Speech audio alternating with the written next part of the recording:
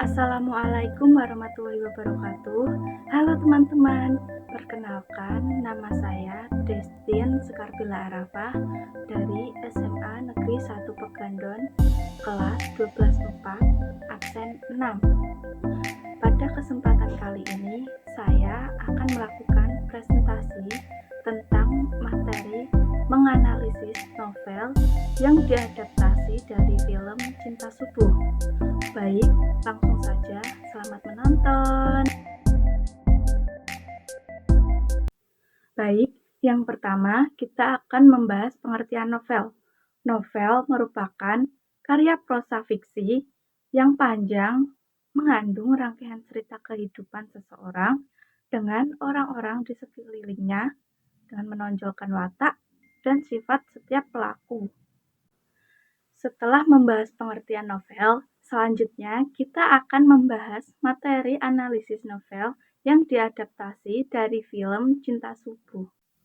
Identitas novel, judul novel yaitu Cinta Subuh, penulis Ali Farigi, penerbit Coconut Books, tahun terbit 2019, genre romantis dan novel Islam, tebal ada 292 halaman, identitas film, judul Cinta Subuh, sutradara Indra Gunawan, produser Frederica, penata musik Andika Triadi, tanggal rilis 19 Mei 2022, durasi 112 menit, perusahaan produksi yaitu Falcon Pictures.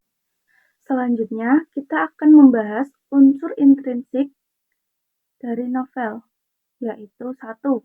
Tema. Tema pokok dari novel ini adalah percintaan, yang menceritakan kisah percintaan remaja. Tema tambahan dari novel ini adalah tema religi yang menceritakan percintaan dalam Islam. 2. Plot atau alur.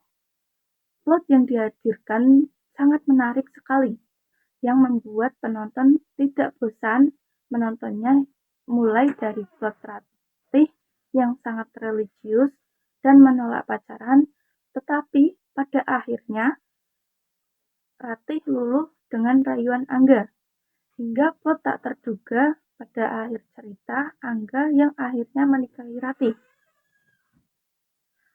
Alur novel ini menggunakan alur maju, yang ceritanya urut dari awal hingga akhir. Alur cerita yang diawali dengan putusnya Angga dengan Mira, lalu Angga bertemu dengan Ratih hingga akhirnya mereka menikah. Tokoh antagonis. Tokoh antagonis yang saya maksud dalam cerita ini adalah seseorang yang menghambat jalannya cerita, bukan tokoh antagonis yang sepenuhnya jahat dari awal cerita sampai akhir cerita. Dalam cerita ini, tokoh antagonisnya adalah Arya, tokoh antagonis yang ingin menikahi Ratih. Ia mulai menyukai Ratih saat di kampus. Kemudian saat ibundanya meninggal, ia mendapat wasiat untuk melamar Ratih. Walaupun sudah mengetahui Ratih memiliki pacar, ia tetap ingin melamarnya dan menentang Angga dengan cara langsung datang ke rumah Ratih, walau pada akhirnya mereka gagal menikah. Selanjutnya, tokoh protagonis, yaitu Ustadz Sabta, kakak Ratih yang religius dan selalu menjaga adiknya dari pergaulan dengan laki-laki. 4. Latar. Latar waktu dalam cerita ini ada 4, yaitu 1. Pagi hari, dibuktikan dengan adegan Angga sholat subuh dan saat Angga menjemput Ratih. 2. Siang hari, dibuktikan dengan adegan Angga diajak Gani untuk sholat duhur. 3. Sore hari, dibuktikan dengan adegan saat Angga mengantarkan Ratih pulang dari kampus. 4. Malam hari, dibuktikan dengan adegan pertemuan Angga dengan Arya di kafe. Selanjutnya ada latar tempat. 1. Kampus, dibuktikan dengan adegan Angga diputuskan oleh Mira. 2. Masjid kampus dibuktikan dengan adegan saat Angga bertemu pertama kali dengan Ratih. 3. Kos Angga dibuktikan dengan adegan masih tertidur saat azan subuh. 4. Rumah Ratih dibuktikan dengan adegan Arya datang melamar Ratih. 5. Kafe dekat kampus dibuktikan dengan adegan Angga dan Ratih berteduh. 6. Kafe komplek dibuktikan dengan adegan Angga bertemu dengan Arya di malam hari. 7. Bengkel dibuktikan dengan adegan Dodi bertemu dengan Agnia yang mengantar seorang ibu-ibu yang motornya rusak. 8. Rumah sakit dibuktikan dengan adegan Arya menemani ibunya yang sakit.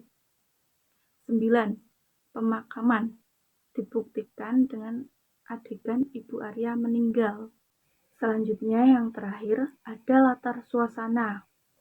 Suasana sedih dibuktikan saat Angga diputuskan Ratih dan saat Arya tidak jadi menikahi Ratih. Suasana kecewa dibuktikan saat Ratih kecewa dengan Angga yang tidak menepati janjinya, yaitu untuk menunaikan sholat subuh.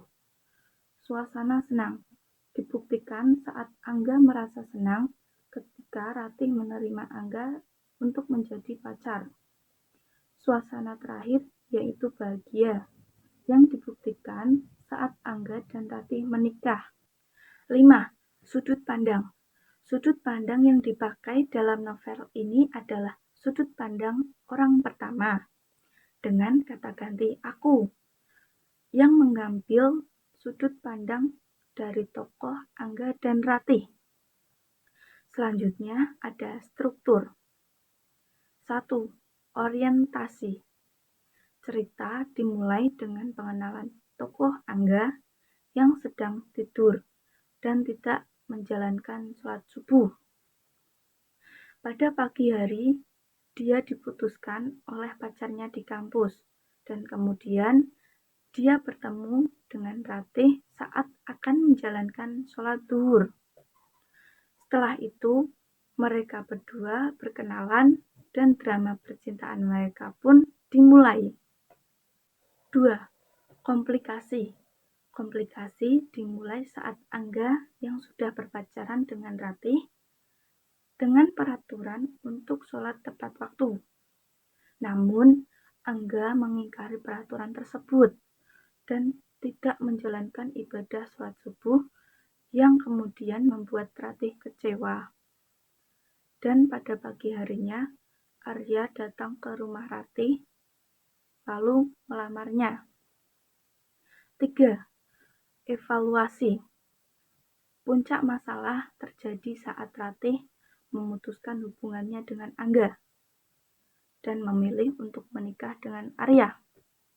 Kemudian membuat Angga berubah dan membenahi hidupnya. 4. Resolusi. Resolusi terjadi saat Arya memilih untuk tidak menikahi Ratih karena Ratih lebih mencintai Angga. Kemudian Angga yang sudah mapan dan siap langsung datang ke rumah Ratih dan melamarnya. Pada akhirnya, ending bahagia. Ratih dan Angga menikah, sedangkan Arya mendapatkan calon yang baru. Selanjutnya, ada kebahasaan atau majas. 1. Majas hiperbola dibuktikan dengan perkataan, mataku terasa kelilipan ketika melihat kecantikanmu. Tanganku di belakangmu. Diam, jangan bergerak. Lihat tanganku ke depan sambil menyatakan sarang hiu. 2. Majas litosis dibuktikan dengan perkataan, saya hanyalah perempuan biasa. Kenapa kamu yakin aku bisa bersanding denganmu? 3. Majas metafora.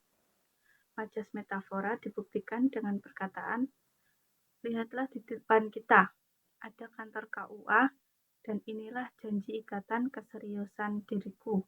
Terimalah cincin dariku. 4. Majas ironi. Dibuktikan dengan perkataan, kamu jangan pacaran, karena itu membuang waktu dan menjadi godaan setan untuk mengelabui pikiran manusia ke jalan yang sesat. Terakhir adalah nilai-nilai. Nilai-nilai yang ada dalam cerita yaitu nilai agama dan nilai moral.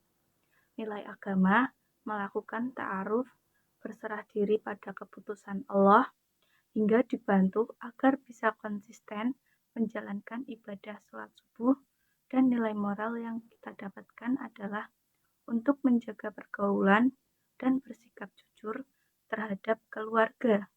Baik, itulah presentasi dari saya. Mohon maaf jika ada salah kata maupun perilaku. Wabillahi taufiq wal hidayah. Wassalamualaikum warahmatullahi wabarakatuh.